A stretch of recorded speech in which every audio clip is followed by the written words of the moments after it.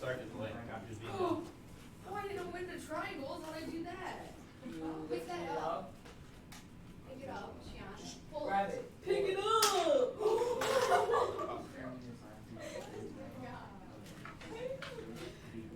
Sorry, I'm literally a crackhead, guys. I didn't know it did that. Portfolios are due on the 16th. On the 17th, you're going to come up in class and talk to me up here, and we're going to discuss your portfolio. I know. That's that presentation What board. do we do? We're gonna present it to you. Pretty much, yeah. Oh my It god. doesn't, you don't need a speech or anything, or prepare anything. It'll just be me saying, okay, let's talk about your semester. No. Hey, what is this thing called, Mr. Mayor? It's called a cube, but I passed. It's your one. Bond? Still love the cubes. Maybe. Make your own. Are we supposed to have two? Mr. Mayor? Yeah. We're supposed to have two? One is the answer. Homework. Yo, what is What's this? the answer? I'm doing what Why do I have 4 papers? Those 2 of the pages are an answer. Oh. Wait, those pages are answers. Three other pages I answered. Yes. Oh my god. You should. Go back to your seat, put that away. You didn't get an answer key? I got 2 actually. Okay, Pages. how about you open that and look at your name? My name is Name's more fun. Who else? This. Bunch of dingai. I said All right. So, all right, take a look at this. Number 1. Do that. Add a little squiggle. What do you notice? It's basically the same thing we were doing this whole time, except it's with inequalities instead of equals, right? So it's the same dumb crap. We're going to graph it the same dumb way, except like all inequalities, we're going to throw some shade on them. That's it. That's it. We always throw shade on inequality. So let's make this the blue one, this top equation, and let's make the bottom the red one. Well, here's how we graph them. We graph them just like a regular equality. So y equals negative x minus 2 is how we're going to think about it. That's how we're going to think about it. So how would I graph the line y equals negative x minus 2? What form is that in? Slope-intercept, y equals mx plus b, right? Our intercept is negative 2. Our slope is down 1 over 1. So here's our line. Cool. Next one. Ignore the inequality for now. Never forget about inequality. Y equals mx plus b, right? So it's in slope-intercept as well. So we're going to graph it just like this. Up 2 for our intercept. And then our slope is down 5. 1, 2, 3, 4, 5 over 1. Cool. Awesome. So now we're going to remember that these are actually inequalities. And we're going to go back and look. Are these going to be dashed lines or solid lines? Solid lines are when it's equal, right? Dashed lines are when it's just less than or equal, less than or greater than. So this is less than or equal to, so it's going to be a solid line. Cool. Same thing with this one, greater than or equal to, so it's going to be a solid line. Let me connect these dots with a...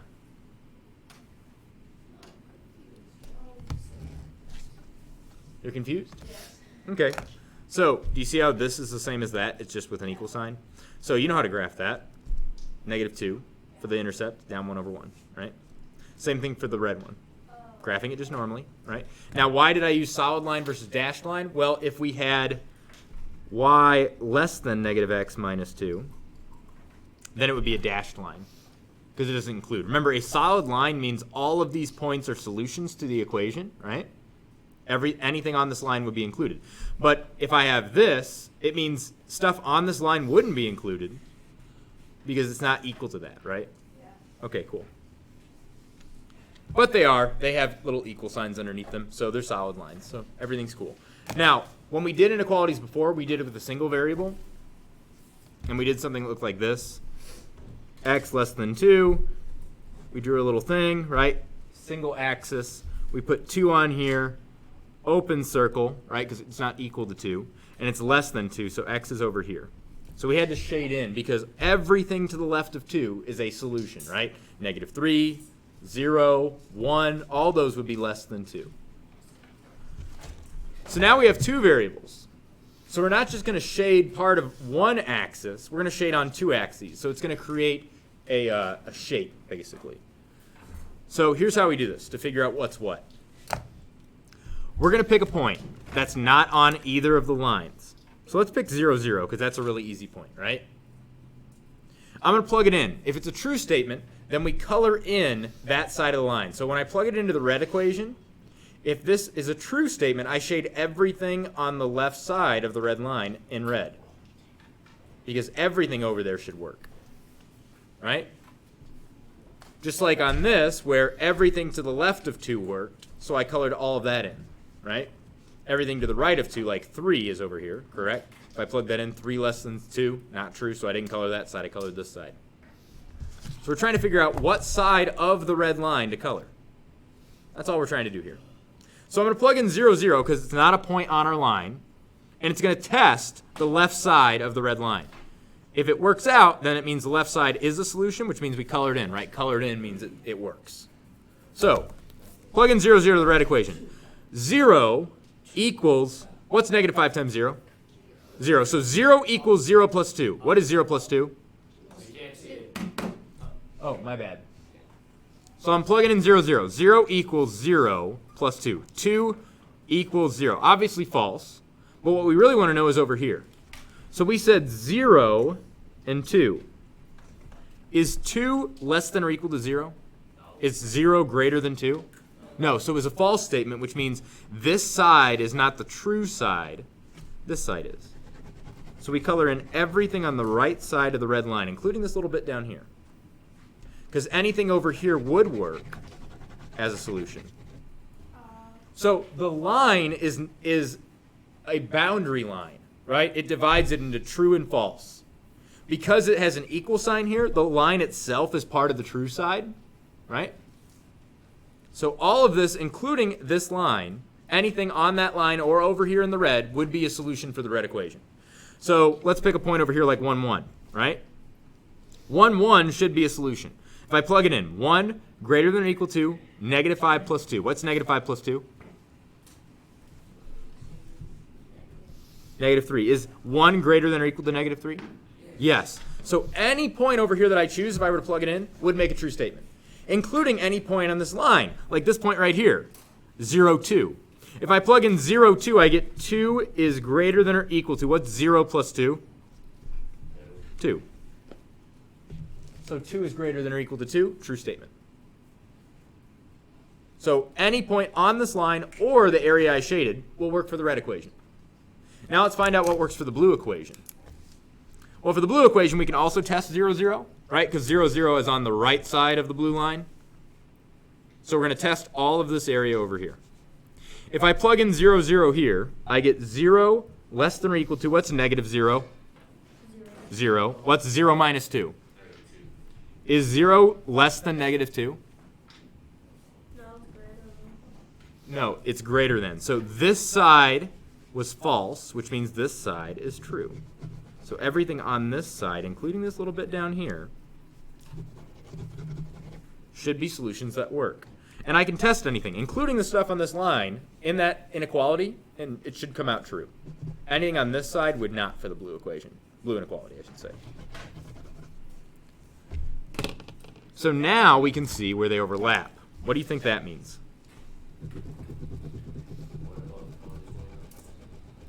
Where they both agree, right? So before we were doing systems of equations, right? We had two equations and we tried to figure out where they intersect because that's where they agree, right? And that they had either one solution, no solutions because they're parallel, or infinite solutions because they're all on top of each other, right? Here, we have infinitely many solutions because there's infinitely many points that we could plug in that would work for both. Where do they disagree? Well, they disagree anywhere else. They both agree to disagree in the blank space, right? Anything in here wouldn't work for either of them. So we have kind of like a Venn diagram, right? We have blue sides, red side, and then we have where they agree. And then we have where they both agree to disagree, right? What we're looking for is the area that they agree. Now, if I extend this out, you'll notice that that purple area does go on forever, doesn't it? So it's an infinitely large area. So there are infinitely many points that they agree upon. But it's only the points that are in between these two lines.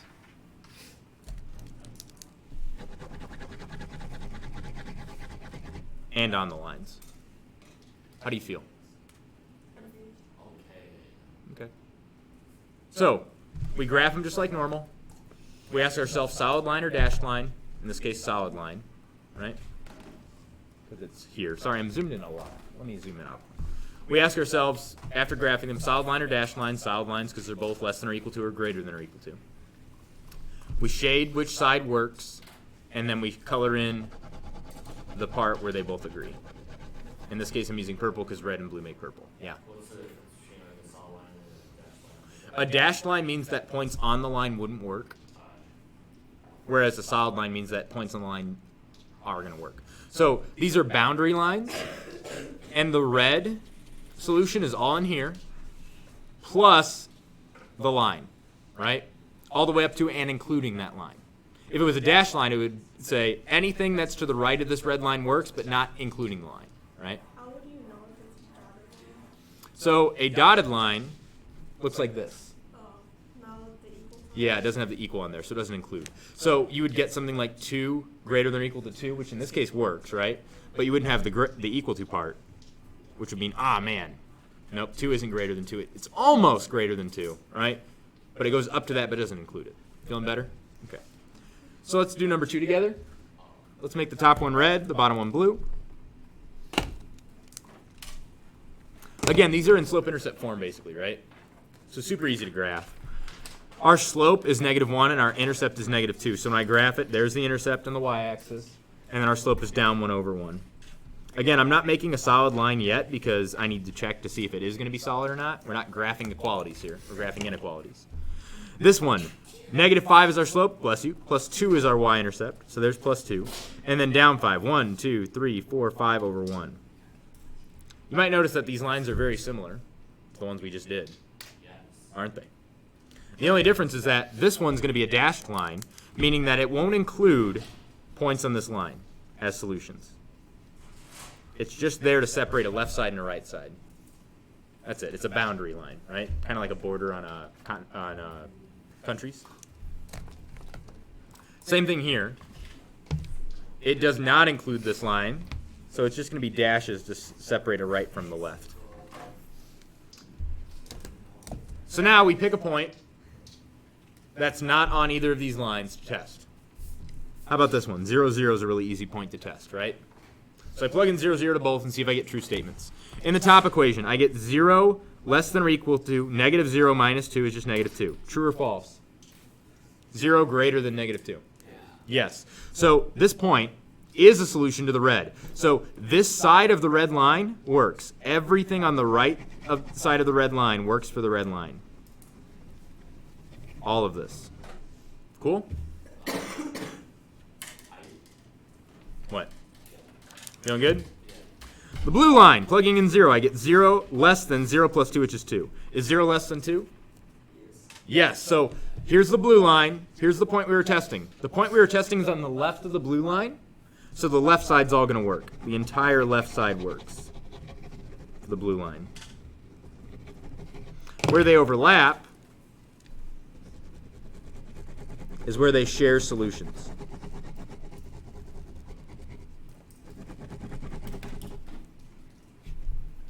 How you feel? Here's where the red line works, but the blue line doesn't. Here's where the blue line works, but the red doesn't.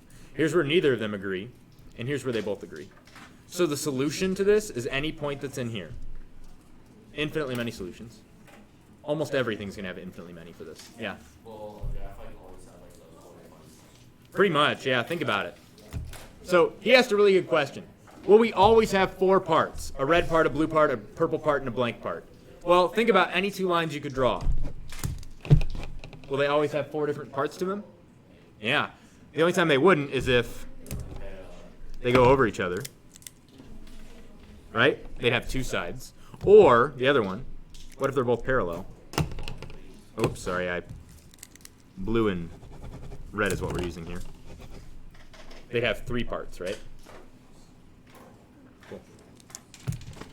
That's it. Today, all of these are presented in slope-intercept form, basically, to make them easy to graph so you can learn. Also, I gave you the key.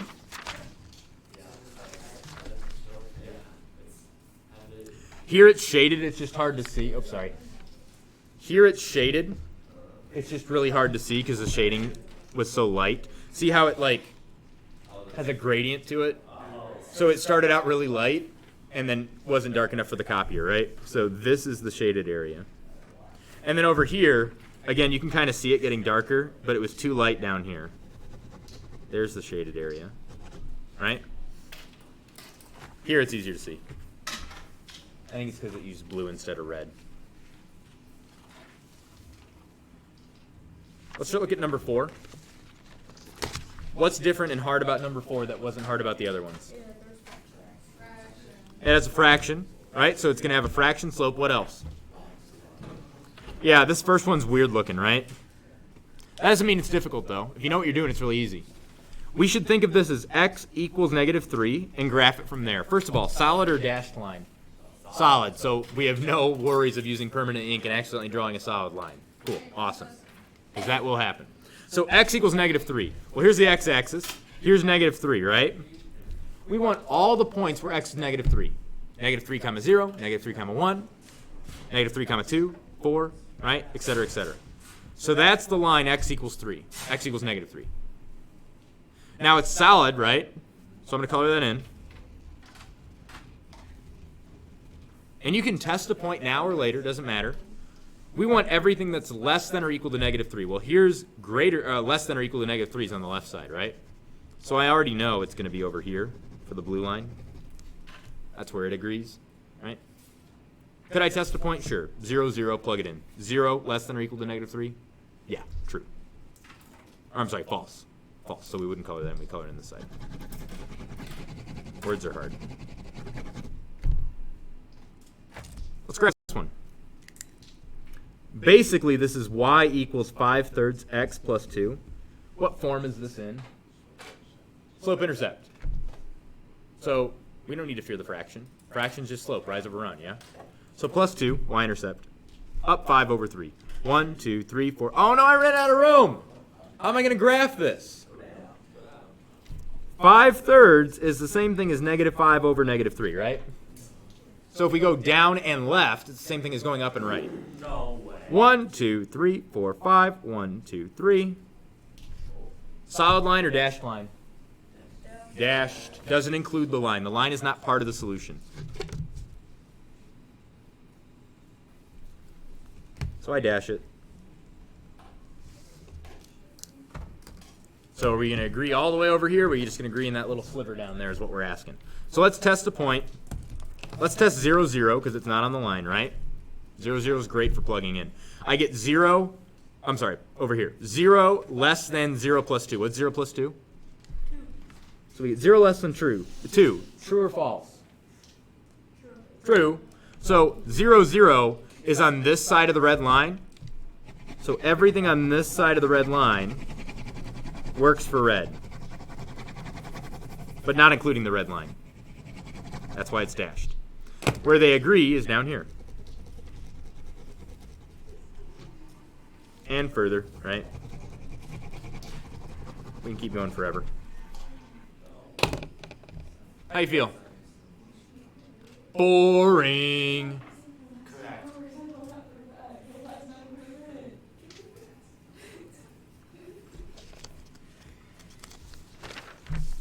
I haven't done a warm-up in a while. Wait, we're doing a warm-up? No way. Impossible. Never saw this. All right, it's a short class period today. Darn. No, that's that's all. I'm going to erase this 105. Monday. They're due Monday, 12/16, so 16. Not next Monday, but the Monday after that. Week of finals.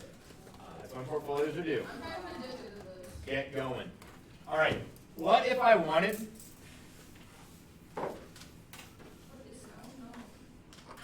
to make two linear inequalities, right? To make a linear inequality that only shaded in for both of these, this entire quadrant, quadrant number 1. What would my system of inequalities be? 0 plus 0 equals 0. What would it be to shade in this? And I don't want it including these lines. Would it have to be like 1, 0, and 0, 1? What do you mean? Like one have to just be like the x and y axis, but I need some x's and y's though. I need an inequality. what's that? All in one. X equals 1. Well, it wouldn't be equals. X Equals 1. greater than What? 1. Well, greater than 2 would get me this, right? Here's 2. Greater than is everything to the right of this. So we're close. 0. X greater than 0, right? Here's 0 for x, 0 comma 1, 0 comma 2, etc., right? Dashed line. And y equals 0. Everything to the right. Greater than or less than? Less. If I do less than, here's y equals 0, the line, dashed. We want every y that's less than 0. Well, there's 0, there's negative 1, that's less than 0. So I color in down here. Does that get me what I wanted? No. No, so I need y greater than 0. And look where they overlap. We're going to be doing some problems like that where I say, hey, I want this region shaded. What's the system of inequalities? Working backwards. We have a quiz on that? No, we have a test on next Friday. And then, oh, okay. Go I and team. All stuff.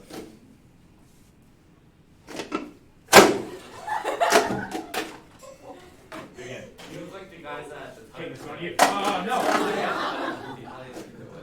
Because remember he took it from me. Oh, I didn't bounce right away.